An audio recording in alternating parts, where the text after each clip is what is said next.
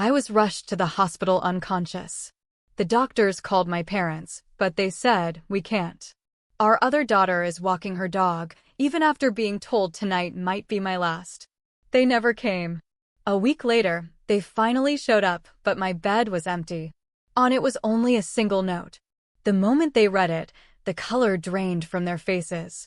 Imagine waking up in a hospital bed, barely clinging to life, only to hear your parents tell the doctors they couldn't come because your sister was walking her dog. That was my reality, the gut-wrenching moment I realized the people who should have been my anchors had chosen a pet over their own dying daughter. And that, my friends, was the ultimate betrayal that finally shattered a lifetime of silent pain. Let me tell you how it all began, and about the letter I left behind that changed everything. I grew up in what looked like a picture-perfect house with a white picket fence. My parents, Harold and Diana, had 2 daughters, me, Sophia, the oldest, and then Victoria, 3 years later. But from the moment Victoria arrived, something shifted. It wasn't just a normal sibling dynamic, it was a glaring, constant favoritism. I remember being 7, bursting through the door, blue ribbon clutched tight in my hand. First place in the school science fair. I was so proud, so excited to show them. They barely gave me a quick pat on the head before turning back to Victoria, who was wobbling on her bike without training wheels. That was the bigger milestone, I told myself. That made sense. By the time I was 12, I was an expert at making excuses for them. Straight A's on my report card? My mom would nod, a polite "good job, honey," before gushing over Victoria's B- in art. When I qualified for state swimming championships, my dad said he was proud, but couldn't attend. Why? Victoria had a minor cold and needed him at home. I convinced myself they were busy. Victoria was younger, more dependent. I was the strong, independent one. My accomplishments just seemed to vanish into thin air, while Victoria's smallest achievements were celebrated like national holidays. Things got even more complicated when I turned 16 and was diagnosed with a severe autoimmune disorder. It meant daily medication, constant monitoring, and extreme sensitivity to stress, certain foods, and especially, animal dander. Even with this serious diagnosis, my health was just an inconvenience to them. My mom would sigh dramatically about rearranging her schedule for my doctor's appointments. My dad would complain about the medical bills on the drive to the emergency room. Meanwhile, Victoria was the picture of health, a high school soccer star. My parents never missed a single game. They'd be in the stands with giant homemade signs, cheering her name, while I sat beside them, often fighting a wave of dizziness or nausea, but determined to support my sister despite their total lack of support for me. As we got older, the disparity became a chasm. When it was time for college, they flat out told me they could only afford to help one of us financially. Victoria, apparently, needed the support more because she wasn't as academically inclined. So, I worked 3 jobs, clawed my way through, and graduated with honors, maintaining a 4.0 GPA. Victoria? She dropped out after 1 semester because it was too stressful. Her comfort prize? A brand new car from mom and dad. Despite all of it, a stubborn part of me still held on to hope. Hope that someday they would truly see me. I kept trying to earn their approval, their attention, their love. I got a great job at a marketing firm, visited home constantly, always with thoughtful gifts, remembering all their favorite things. I tried to be the perfect daughter. But no matter what I did, Victoria remained the sun around which our family orbited. Last year, after yet another holiday where I felt like a stranger in my own home, I decided enough was enough. I moved 30 miles away, close enough to visit, but far enough to build my own life. I was excelling at work, finding myself, defining my own success. Victoria, 23 at the time, still lived at home, cycling through short-lived part-time jobs, spending most of her time shopping and partying. My parents continued to bankroll her life, acting like it was completely normal for a woman in her 20s. Then came the dog. Victoria needed a dog. Not just any dog, but an expensive, purebred Samoyed, costing over $3,000.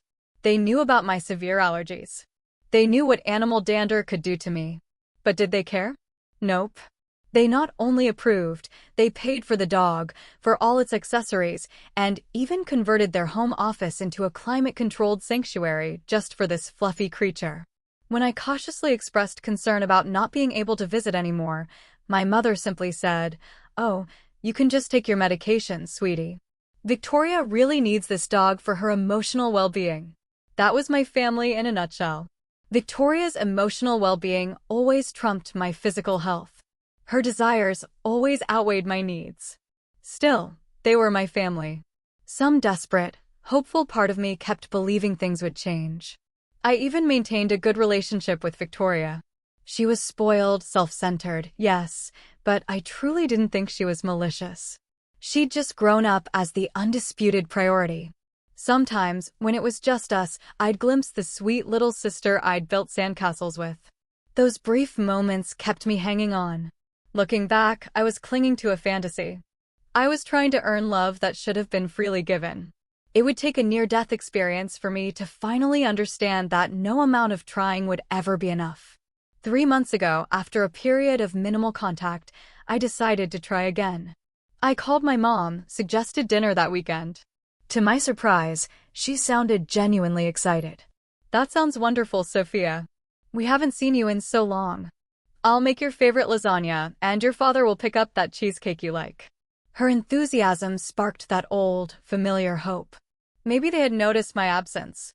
Maybe they did care. I spent the week looking forward to Saturday. I even splurged on a nice bottle of wine and a new outfit, hoping to impress them. I took extra allergy medication, determined to avoid any flare-ups. I mentally prepared myself not to expect too much, to focus on positive interactions. When I arrived, my mom greeted me with a warm hug, and the delicious smell of lasagna filled the air. For a perfect moment, everything felt right. Then I heard it. A bark from inside the house. My heart sank. "Is Victoria's dog here?" I asked, already feeling that familiar tightness in my chest. "Of course, Snowball is here. This is his home," my mother replied, as if it were the most obvious thing in the world. "Victoria brought him back from her apartment this morning. She's staying the weekend." I hadn't even known Victoria had moved out, but that was a conversation for another time. Right now, I had a more pressing concern. "Mom, you know I'm severely allergic to dogs. I can't be in the same house as Snowball for extended periods, even with medication." We talked about this. Her expression hardened slightly. "Well, we can't just put him outside, Sophia. It's too cold, and Victoria would be heartbroken. You'll be fine for one evening. Just take another pill." Before I could respond, my dad appeared, grinning. "There's my girl. Come on in, dinner's almost ready." I hesitated. I had brought wine, a new outfit, all this hopeful expectation. Walking away now would only cement my role as the difficult daughter. So, I stepped inside. Victoria was curled up on the couch with Snowball, a huge, fluffy white dog who immediately started barking excitedly. Victoria looked up from her phone just long enough to give me a quick wave. "Hey sis, look how big Snowball's gotten. Isn't he gorgeous?" She buried her face in his fur, completely oblivious to my growing discomfort. I kept my distance, trying to breathe shallowly. "He's certainly fluffy," I wheezed. "I didn't realize he'd be here tonight. Where else would he be?" Victoria laughed. "He's family." Those words stung more than she could ever know. A dog she'd owned for less than a year was family, while I, their daughter of 26 years, was expected to risk my health to accommodate him. I excused myself to the bathroom, took another dose of allergy meds, and used my inhaler.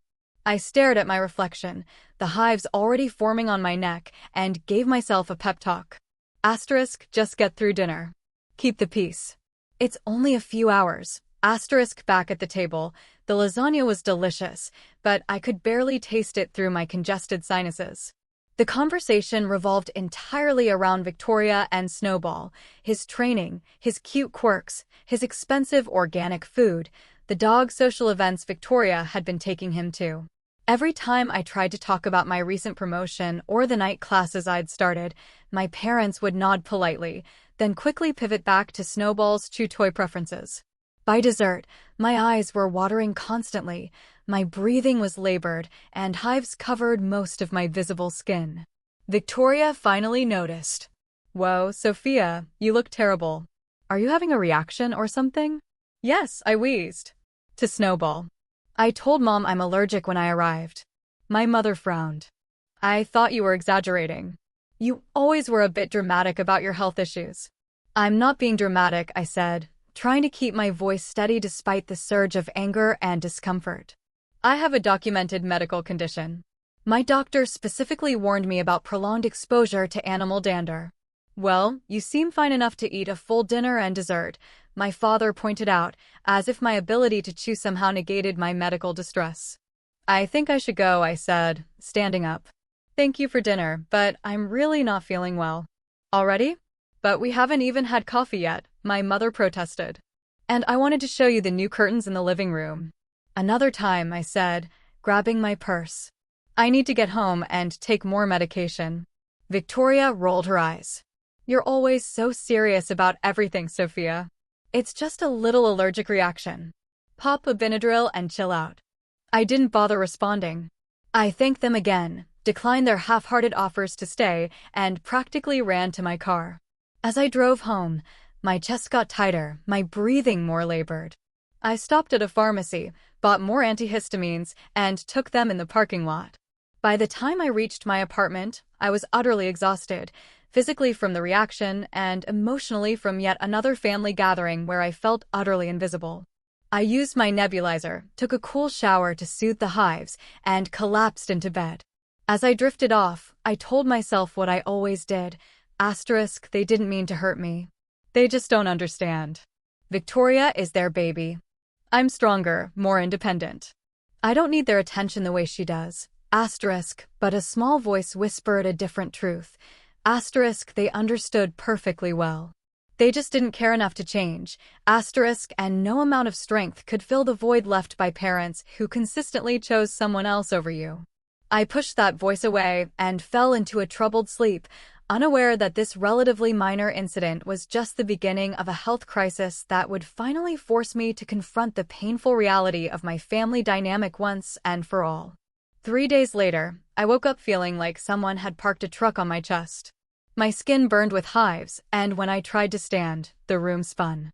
I grabbed my phone, called my doctor's office, and left a message. This wasn't my first severe reaction, but it was definitely among the worst. Usually, the effects subsided after a day or two. The fact that I was worsening on day 3 was terrifying. I had an important presentation that day, one I'd spent weeks preparing for. Missing it wasn't an option. My entire life, I'd pushed through illness to meet expectations. Today would be no different. As I drove to work, memories of past health crises flooded my mind.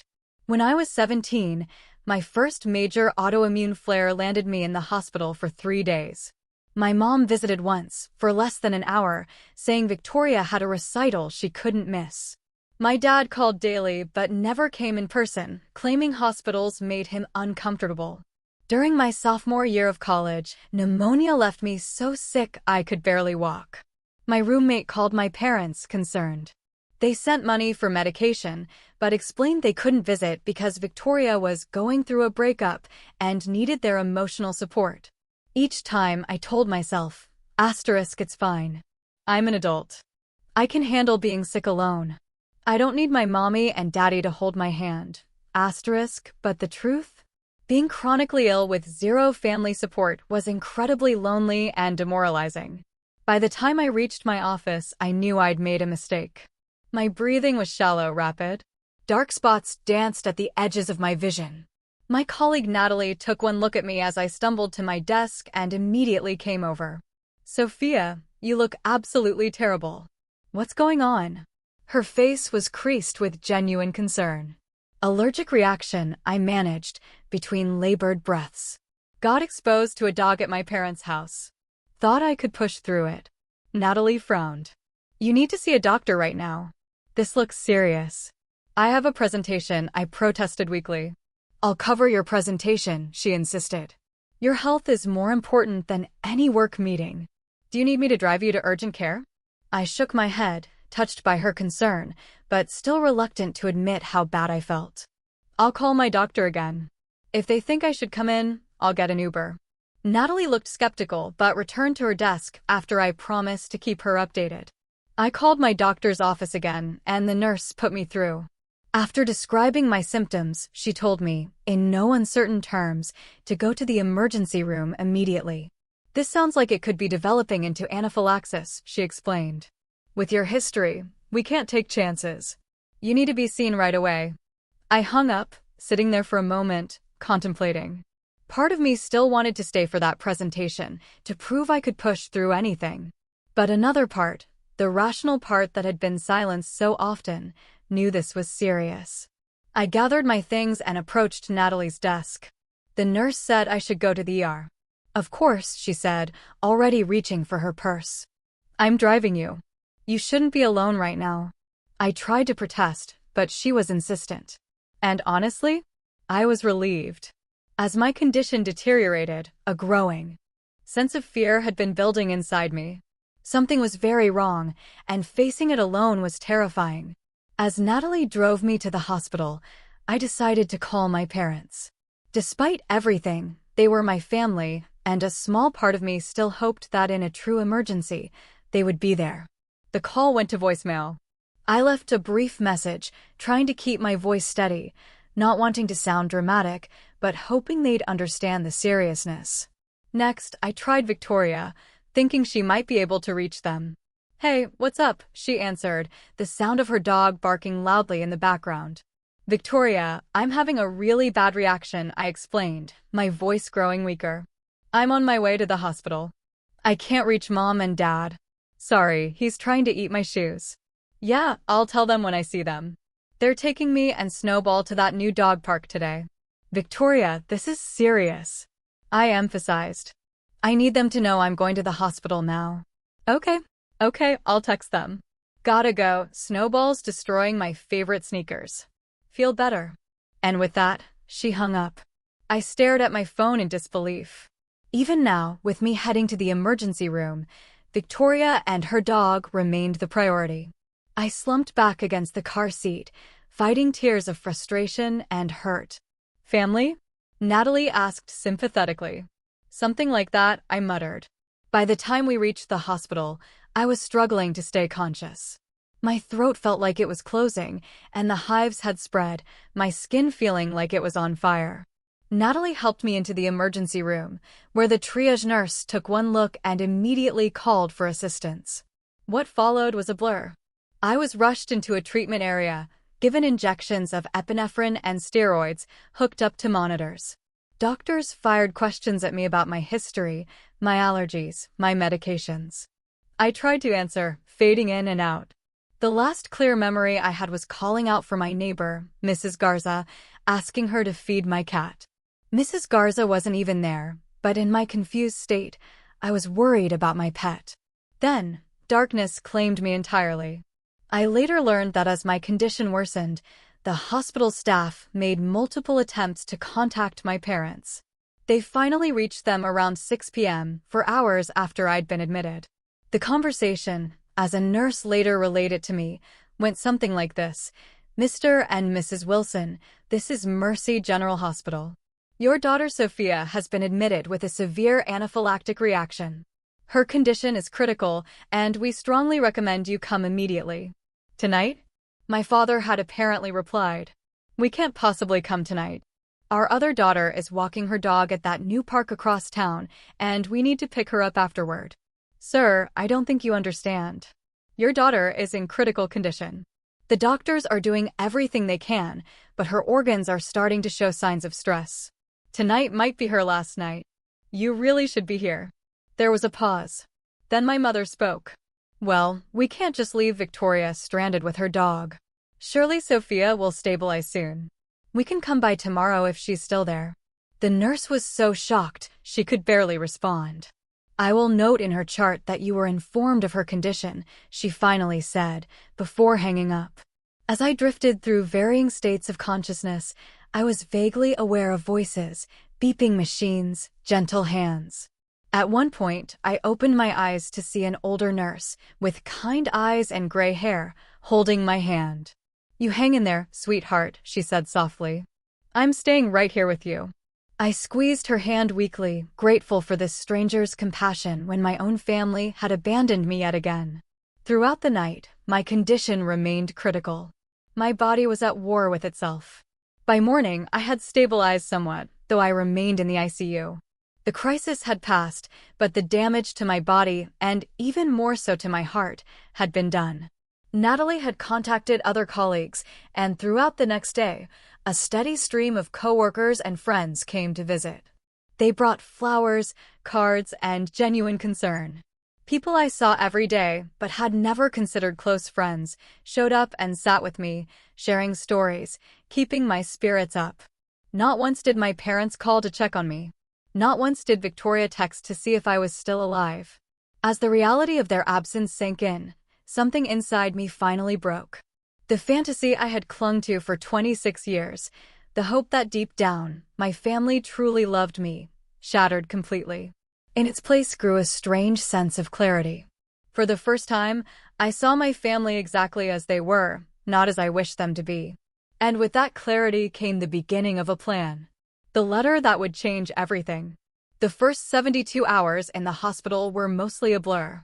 Flashes of consciousness, the cold rush of medication, the constant beeping, the squeak of the oxygen mask. What I remember with perfect clarity, though, is the moment I fully regained consciousness and realized no one from my family was there. I opened my eyes to the sterile white ceiling of the intensive care unit and turned my head, half expecting, against all reason, to see my mother in the chair beside the bed. Instead, there was a young nurse checking my vitals. "Welcome back," she said with a warm smile. "You gave us quite a scare." "My parents?" I asked, my voice a painful rasp. Her smile faltered slightly. "I don't believe they've been in yet. Would you like me to try calling them again?" That was when the full reality hit me.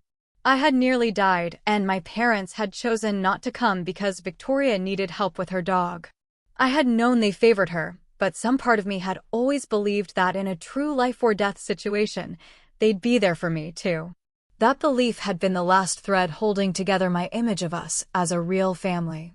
Now, that thread had snapped. "No," I said after a long moment. "Don't call them." The nurse, whose name tag read Ellie, seemed to understand. She gently patted my hand. "You've had other visitors, though. A woman named Natalie has been here every day, and several other friends have stopped by. They've been very concerned about you." I felt tears sliding down my cheeks. Colleagues and casual friends had shown more care for me than my own parents. The contrast was both heartbreaking and illuminating. Throughout that day, as I stabilized, I learned more. Dr. Rivera, an immunology specialist, explained the severity of what my body had gone through. "You experienced a particularly severe biphasic anaphylactic reaction," she explained. "The initial exposure triggered the first phase, but then your body seemed to recover slightly before launching into a much more severe second phase. This is why you felt worse days after exposure. Your autoimmune condition complicated matters, essentially creating a perfect storm." "Could I have died?" I asked, needing to hear the truth. Dr. Rivera looked me directly in the eyes. "Yes, Sophia. Without prompt medical intervention, this type of reaction can be fatal. The fact that your symptoms progressed over days rather than hours actually made it more dangerous, as many people wouldn't seek help until critical organ systems were already compromised." She went on to explain I'd need to stay at least another week. The extended dog exposure had triggered such a severe response that my entire treatment plan needed reconsideration. As the day progressed, more pieces of the puzzle fell into place. Natalie visited during her lunch break. "The emergency room staff called your parents multiple times," she said, her expression a mixture of anger and disbelief. I was still there for the first call, and I couldn't believe what I was hearing. The doctor literally told them she might not make it through the night, and they said they couldn't come because Victoria needed help with her dog. I nearly grabbed the phone to scream at them myself. She went on to tell me she'd stayed at the hospital until late that night, only leaving when the nurses assured her I was stable. She'd returned the next morning before work and had been checking in daily since. Other colleagues had organized a rotation so someone would visit me at least once a day. "We all pitched in for the flowers," she added, gesturing to a beautiful arrangement beside my bed. And Brian said not to worry about the presentation. He rescheduled it for when you're back. I was overwhelmed by their kindness. These people, who had no obligation to me beyond professional courtesy, had stepped up to support me in ways my family never had. As evening approached, Ellie came back to check on me. She had a strange expression. "Your parents called the nurse's station," she said hesitantly. "They wanted to know your condition and said they might come by tomorrow." Might asterisk? I repeated the word, tasting bitterness. "I can make sure they're updated on your condition if you'd prefer not to see them," she offered, having picked up on my distress. I was silent for a long moment, processing the emotions churning within me. Anger, hurt, disappointment, but strangely, also a growing sense of resolve. For the first time in my life, I was seeing my relationship with my parents with complete clarity, stripped of the desperate hope and excuses I'd always made for them. "If they come," I finally said, "I don't want to see them yet. Please tell them I'm resting and can't have visitors." Ellie nodded, her eyes reflecting understanding. "Of course." That night, as I lay awake, listening to the rhythmic sounds of the hospital, I made a decision. I would use this time, this forced pause in my life, to finally address the toxic dynamic that had shaped my existence for 26 years. I would write a letter of final communication to my parents, laying bare the truth of our relationship and establishing the boundaries I should have set long ago. The next morning, I asked Ellie for paper and a pen. She brought them without question, along with a small lap desk. As my strength slowly returned over the next few days, I worked on the letter, pouring out decades of hurt, disappointment, and finally, my decision to prioritize my own well-being.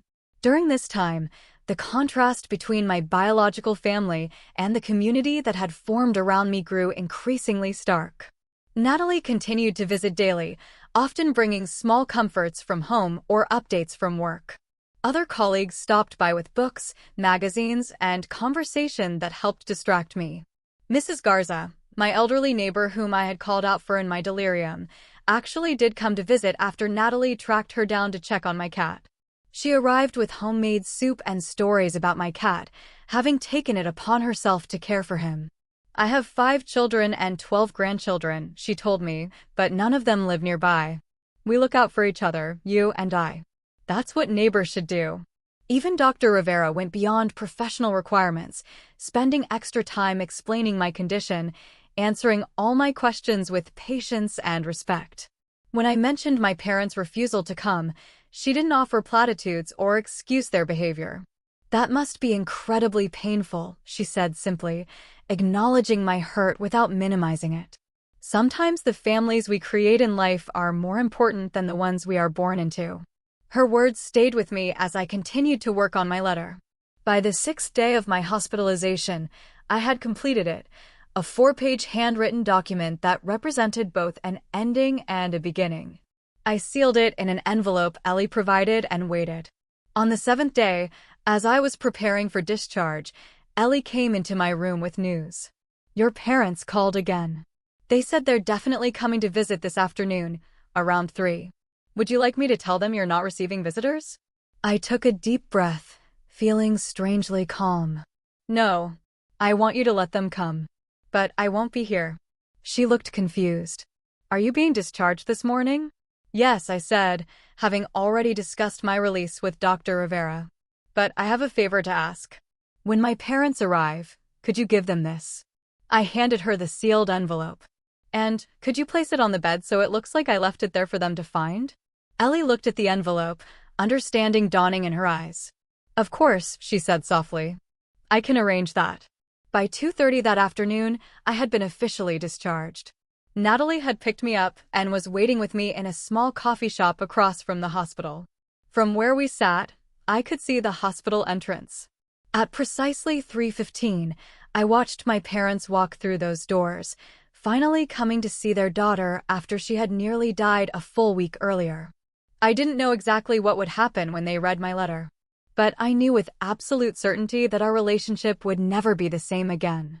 And for the first time in my life, that thought didn't fill me with dread, but with a profound sense of liberation. Natalie's spare bedroom became my sanctuary for the next 2 weeks.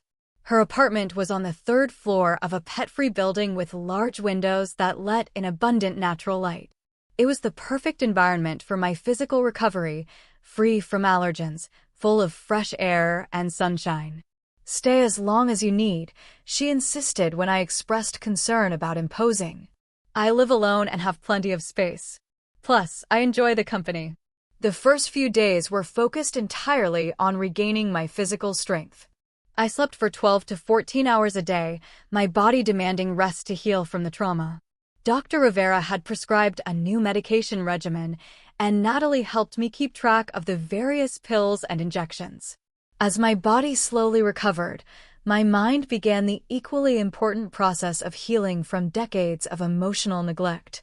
The letter I had left for my parents had been a watershed moment, a clear line drawn between the person I had been, desperate for their approval, and the person I was becoming, determined to value myself, even if they never would.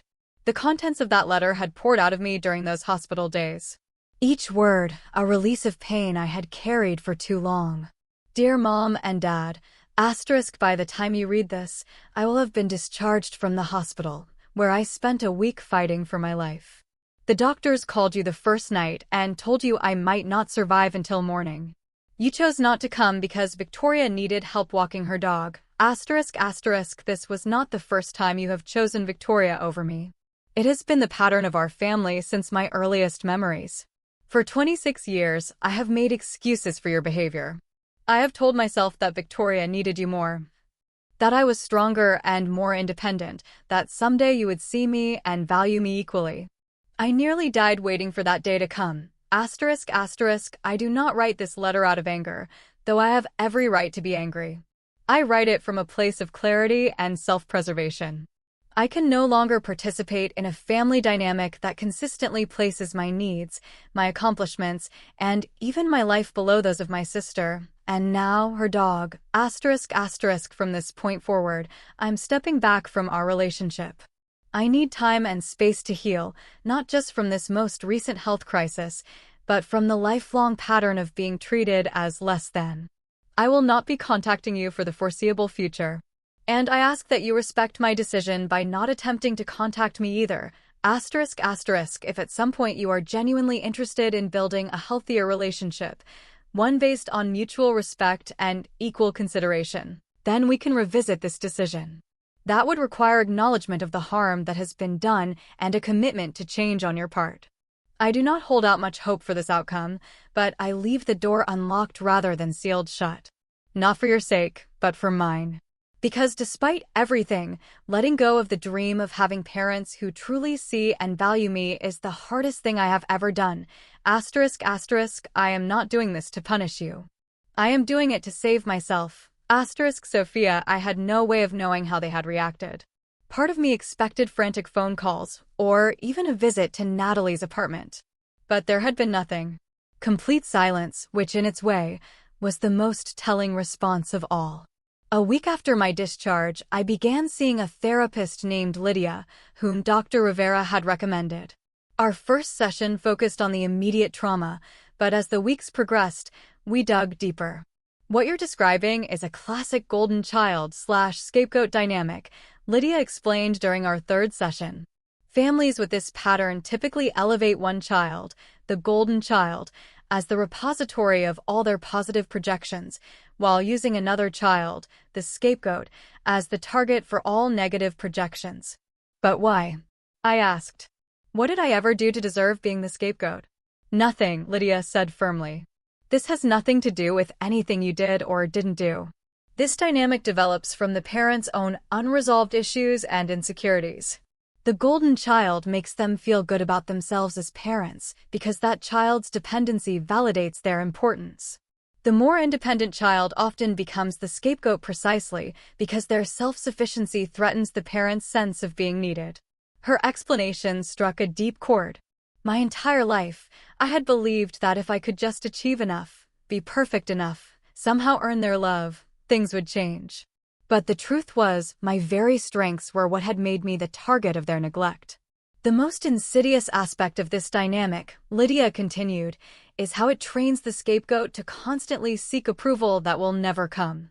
You've been running on a hamster wheel of achievement and self-sacrifice, hoping to finally win the love that should have been freely given to you as their child. So, what do I do now? I asked, feeling both liberated and lost with this new understanding. You grieve, she said gently. You acknowledge the parents you deserved but never had. You feel the anger, the sadness, the loss. And then, gradually, you build a life based on your own values, rather than the desperate hope of finally being seen by people who have shown they are incapable of truly seeing you. Those sessions with Lydia became the foundation of my healing process. For the first time, I allowed myself to feel the full range of emotions about my family without immediately dismissing them or making excuses. I cried for the little girl who had brought home achievement after achievement, only to be ignored. I raged at the parents who had chosen a dog over their daughter's life. I mourned the family I had always wanted but never truly had. Alongside this emotional work, I began the practical process of rebuilding my life. 2 weeks after leaving the hospital, I felt strong enough to return to my own apartment. Mrs. Garza welcomed me home with another container of homemade soup and updates about my cat, who had apparently decided her apartment was an acceptable second residence. He still comes to visit me every afternoon, she said with a chuckle. I think he's decided we're family now. Her casual use of the word family made me smile. Perhaps family wasn't defined by blood or legal ties, but by who showed up when it mattered. As I settled back into my apartment, I made several significant changes. I invested in high-quality air purifiers for every room to reduce allergen exposure. I updated my emergency contacts, removing my parents and adding Natalie and, after asking her permission, Mrs. Garza. I even changed my advanced medical directive to specifically state that my parents should not be consulted for medical decisions if I was incapacitated. 3 weeks after my discharge, I felt ready to return to work. My colleagues welcomed me back with genuine warmth, and Brian, my supervisor, assured me that my position had been secure. Take it easy your first week back, he advised. Your health comes first. The work will still be here.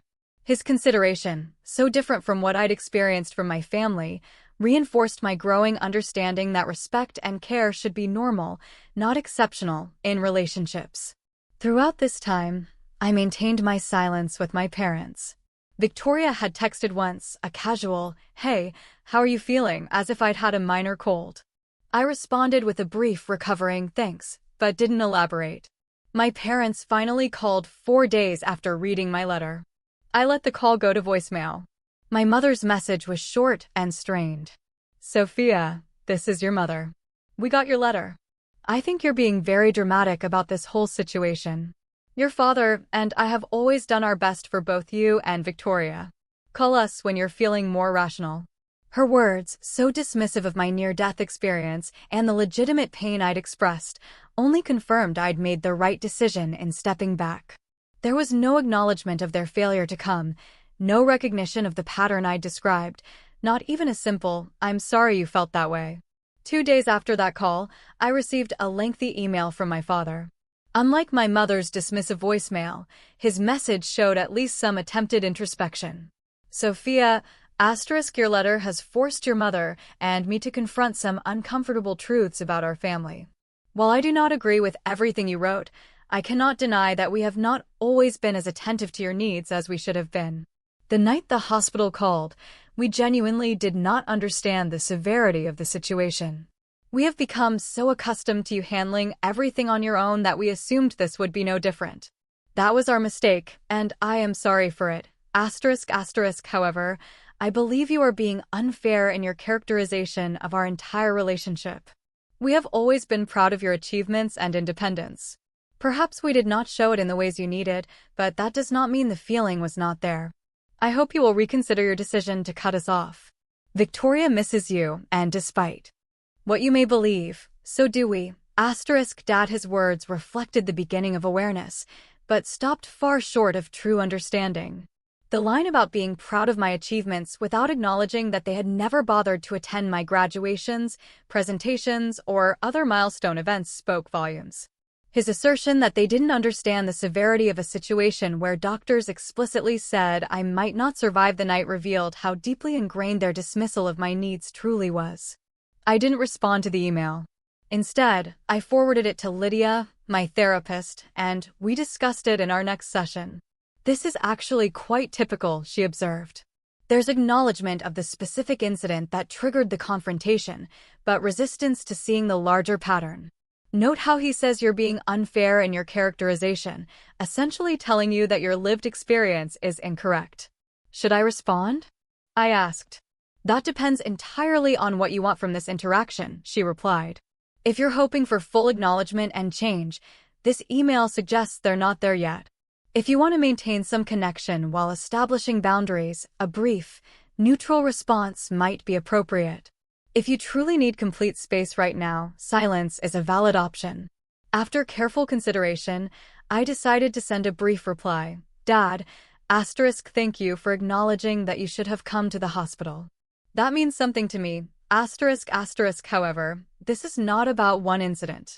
It is about a lifelong pattern that nearly cost me my life.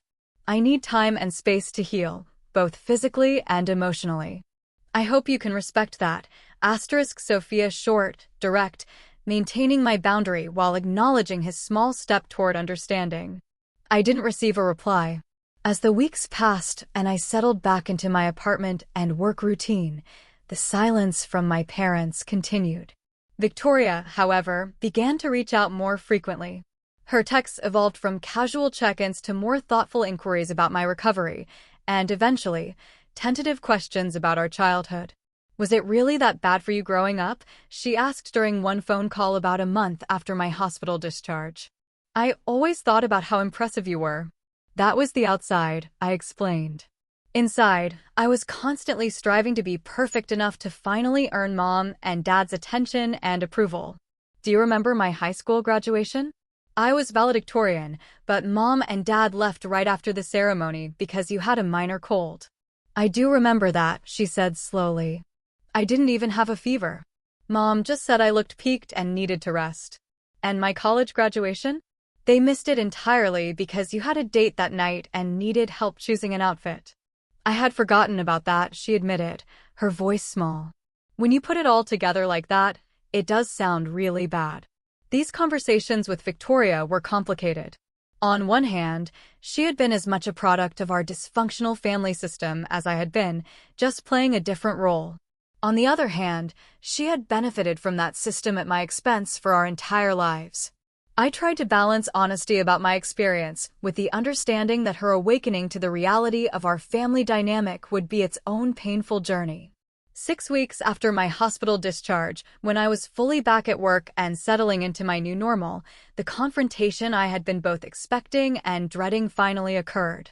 My parents showed up at my apartment unannounced on a Saturday afternoon.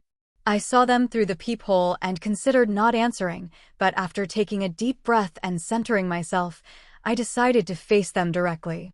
I opened the door but did not invite them in. Sophia, my mother said, her voice wavering slightly. You look well. What are you doing here? I asked, keeping my tone neutral. We need to talk, my father said. This has gone on long enough. You can't just cut your family out of your life because of one misunderstanding. The minimization of my near-death experience as a misunderstanding sent a flare of anger through me. But I kept my expression calm. This is not a good time. If you want to talk, you need to call first and respect my boundaries. Boundaries? My mother scoffed. We need permission to see our own daughter? Actually, you do, I said firmly. That is exactly what a boundary is. I asked for space in my letter, and showing up unannounced at my home is disrespecting that request. This is ridiculous. My father huffed. Victoria said you've been filling her head with all sorts of accusations about us being bad parents. We have done everything for you girls. I have only told Victoria the truth about my experience, I replied. If that conflicts with the story you've told yourselves about our family, that is something you need to examine. My mother's face crumpled. How can you be so cold? Do you know how much you've hurt us with all this? The familiar guilt began to rise in me, the lifetime habit of taking responsibility for their feelings, but I pushed it back down. I nearly died, Mom. alone in a hospital. Because you and Dad chose Victoria's dog over coming to be with me. I am not responsible for your feelings about that reality. They continued to push, using every tactic that had worked in the past: guilt, obligation, dismissal of my experience, appeals to family loyalty. But something had fundamentally changed in me. The desperate need for their approval that had driven me for so long had been replaced by a clear-eyed understanding of my own worth and the treatment I deserved. After 15 minutes of circular conversation that was getting nowhere, I finally said, "I'm going to close the door now. Please do not come back unannounced. If you want to talk, call or email first and respect my answer if I say I'm not ready." "This is not over," my father said as I began to close the door. "You're right," I agreed. "This is just the beginning of me valuing myself enough to set healthy boundaries. Goodbye." I closed the door, then leaned against it, my heart racing, but my resolve firm. For the first time in my life, I had stood my ground with my parents without being consumed by guilt or the desperate hope of finally earning their approval. Moments later, my phone buzzed. It was Victoria. "Mom and Dad came home really upset. Dad keeps saying you've changed. Mom's crying in their bedroom." "What happened?" I replied simply. I stood up for myself. "It's new for all of us." Her response came after a long delay. "I think I need to learn how to do that too." Those words, so unexpected, gave me the first real hope that something positive might emerge from this painful upheaval. Not a fantasy reconciliation where my parents suddenly became the loving, supportive people I had always longed for, but perhaps a healthier relationship with my sister and new patterns for both of us going forward.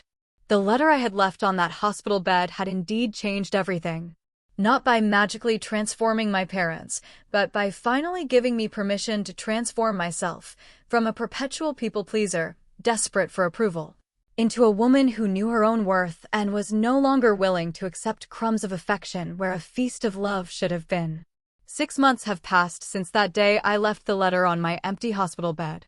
6 months of healing, growth, and profound change. I sit here in my new apartment, in a different city, 40 miles from where my parents still live, reflecting on how much has shifted, both around me and within me. The physical reminders of my near-death experience have faded. The last of the hives disappeared weeks ago, and my breathing has returned to normal. My new medical regimen, carefully designed by Dr. Rivera, has kept my autoimmune condition stable. I still have to be vigilant about potential allergen exposure, but the constant anxiety that once accompanied that vigilance has subsided. Moving to a new city was a decision I made 2 months after my hospital stay.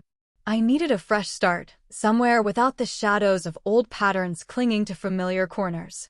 My company was supportive, allowing me to transfer to a different branch office. The apartment I found is on the top floor of a newly constructed building with state-of-the-art air filtration systems, perfect for someone with my health concerns.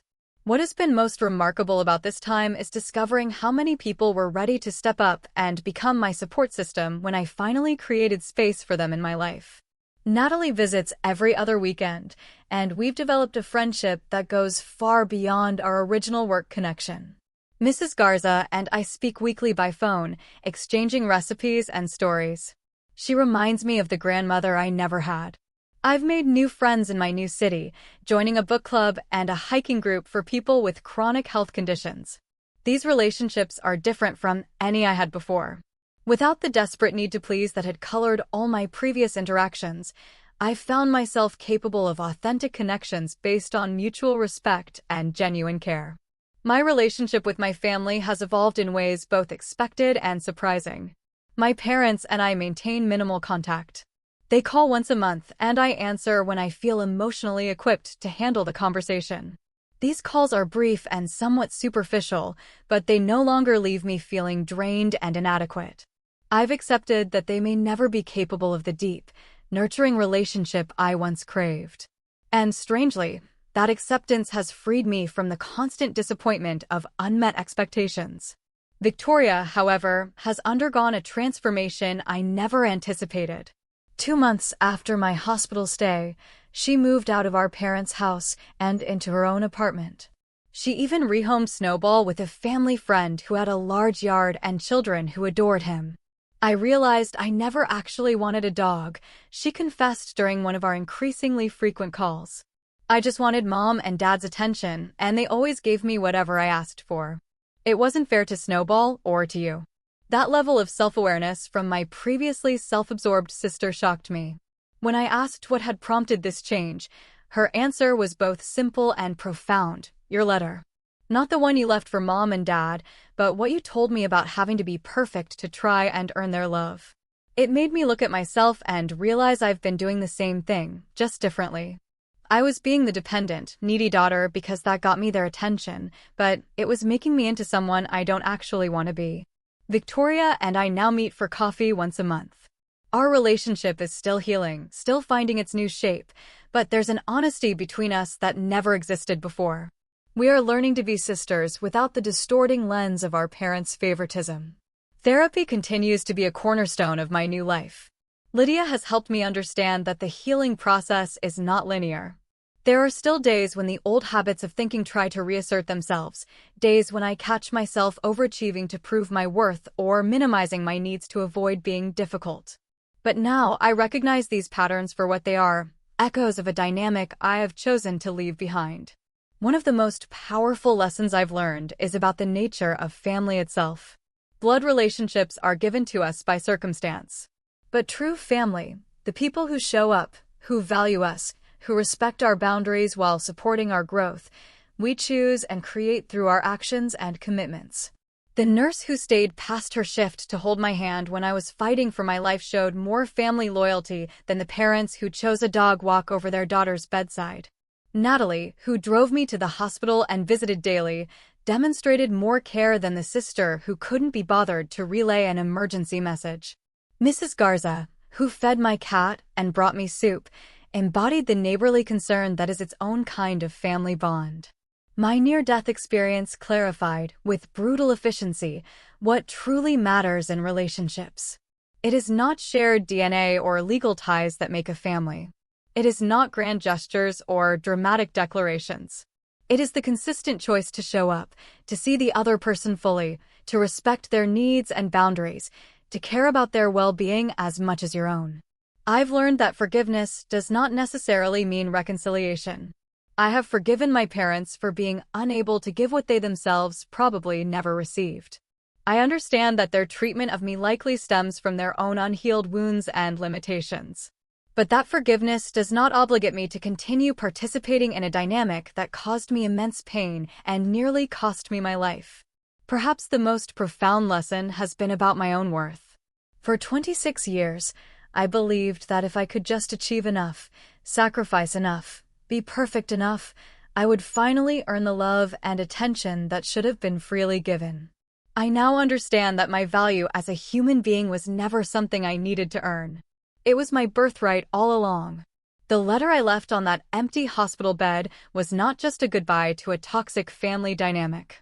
It was a hello to a new way of being in the world, as a woman who knows her worth, who sets healthy boundaries, who chooses relationships that reflect rather than diminish her value.